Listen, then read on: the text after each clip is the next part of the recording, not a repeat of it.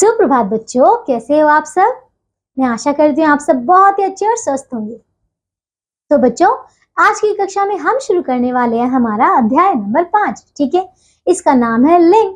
बच्चों, आइए इसे शुरू करते हैं। बच्चों, इससे पिछली कक्षा में हमने क्या क्या पढ़ा था? हमने जो भी पढ़ा था, क्या आपने उसका बहुत अच्छे से अभ्यास कर लिया? बताइए। हमने किया था संज्ञा, तो क्या आप सभी ने उसका बहुत अच्छे से अभ्यास कर लिया है? मैं आशा करती हूँ कि आप सभी उसे बहुत अच्छे से पढ़ चुके होंगे, है ना। चलिए अब हम शुरू करते हैं हमारा ये नया अध्याय। तो ये है बच्चों लिंग। ठीक है, आइए इसे पढ़ते हैं। तो बच्चों, सबसे पहले हम लिंग की परिभाषा देख लेते हैं कि वो होता क्या है। देखिए, शब्द के जिस रूप से उसके पुरुष या स्त्री जाति के होने का बोध हो उसे लिंग कहते हैं।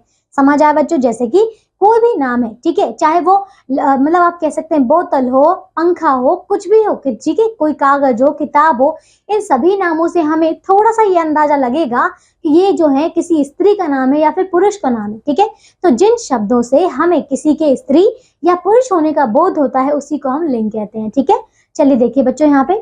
तो बच्चों इन्हें देखिए, पढ़िए और समझिए। अब देखिए, जैसे कि यहाँ पे देखिए कौन है, यहाँ पे है दादाजी और दादी जी। ठीक है ना। दूसरे में क्या है, यहाँ पे लड़का और लड़की। ठीक है, अगला है बच्चों मोर और मोरनी, और बच्चों इससे अगला है गाय और बैल। तो इसमें हमें देखिए यहाँ पे एक पुरुष भी है और एक स्त्री भी है। ठीक है ना, दो ही अलग अलग दे रखे हैं। अब देखिए बच्चों, तो बच्चों ऊपर दिए गए शब्दों में कुछ शब्दों से पुरुष जाति का बोध होता है, जैसे कि दादाजी, लड़का, मोर और बैल। ठीक है ना, ये सारे शब्द जो है वो हमें पुरुष जाति का बोध करा रहे हैं। ठीक है ना। अगला बच्चों, कुछ शब्दों से स्त्री जाति का बोध होता है, जैसे कि दादी जी, लड़की, मोरनी और गाय। समझ आ रहा है बच्चों? तो देखिए, तो बच्चों समझ आया आपको कि यहाँ पे स्त्री जाति भी है और पुरुष जाति भी है। ठीक है, अब देखिए बच्चों लिंग के प्रकार। तो बच्चों लिंग दो प्रकार के होते हैं। ठीक है, तो एक होता है बच्चों पुल्लिंग, पुल्लिंग यानी कि मस्कुलिन, और बच्चों दूसरा है स्त्रीलिंग यानी कि फेमिनाइन। ठीक है, तो चलिए बच्चों हम एक एक करके इनके बारे में और जानते हैं। ठीक है, अब देखिए बच्चों पहला क्या है, अब है बच्चों पुल्लिंग। ठीक है, देखिए पुरुष जाति के लिए प्रयोग में आने वाले शब्द पुल्लिंग कहलाते हैं। ठीक है, जैसे कि आदमी, शिक्षक, घोड़ा, बालक इत्यादि। ठीक है, अब देखिए ये तो हो गए आपके पुल्लिंग।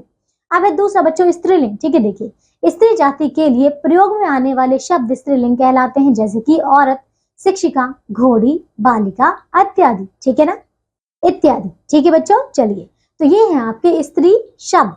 ठीक है बच्चों, चलिए अब आइए बच्चों हम यहाँ पे कुछ और शब्द देखते हैं। ठीक है, देखिए तो नीचे कुछ शब्दों के पुल्लिंग तथा स्त्रीलिंग रूप दिए जा रहे हैं, इन्हें पढ़िए व याद कीजिए। तो चलिए बच्चों यहाँ पे कुछ हम उदाहरणों से, तो चलिए बच्चों हम यहाँ पे कुछ और उदाहरण देखते हैं और समझते हैं और इन्हें याद भी करेंगे। ठीक है, देखिए तो सबसे पहले पुल्लिंग आपको दिया गया है। देखिए एक तरफ आपका पुल्लिंग है, दूसरी तरफ आपका स्त्रीलिंग है। ठीक है, तो देखिए जैसे कि पुल्लिंग है चींटा, तो इसका स्त्रीलिंग होगी चींटी। ठीक है, दास, दासी, चिड़ा, चिड़िया, कबूतर, कबूतरी, पुत्र, पुत्री, नर, नारी, चोर, चोरनी, गुणवान, गुणवती, सेठ, सेठानी, नाग, नागिन, देवर, देवरानी, लोहार, लोहारिन, बंदर, बंदरिया, विद्वान, विदुषी। ठीक है, अब है बच्चों चूहा, चूहिया, हंस, हंसनी, नाई, नाइन, कुत्ता, कुतिया, ग्वाला, ग्वालिन,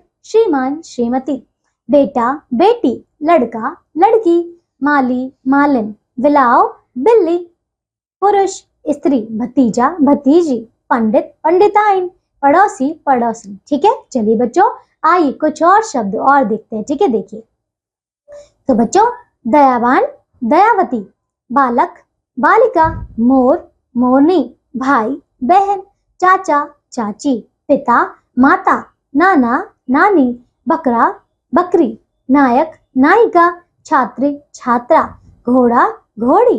ठीक है, और देखते हैं बच्चों वर, वधु, नौकर, नौकरानी, पति, पत्नी, सिंह, सिंघनी, लेखक, लेखिका, शेर, शेरनी, हिरण, हिरणी, बाघ, बाघिन, ताऊ, ताई, सुत, सुता, शिष्य, शिष्या। ठीक है बच्चों, देखिए हमने यहाँ पे लिंग जो अध्याय हमारा पूरा कर लिया है। हमने यहाँ पे बहुत सारे लिंग भी देख लिए हैं। ठीक है ना, तो बच्चों अब आप सभी इन्हीं सारे शब्दों को लिखेंगे भी और याद भी करेंगे। ठीक है, आइए बच्चों अब एक बार और हम देख लेते हैं कि हमने इस अध्याय में क्या क्या पढ़ा है। ठीक है, देखिए तो बच्चों देखिए शब्द के जिस रूप से उसके पुरुष या स्त्री जाति के होने का बोध हो उसे लिंग कहते हैं। ठीक है, दूसरा है लिंग के दो प्रकार होते हैं, पुल्लिंग और स्त्रीलिंग।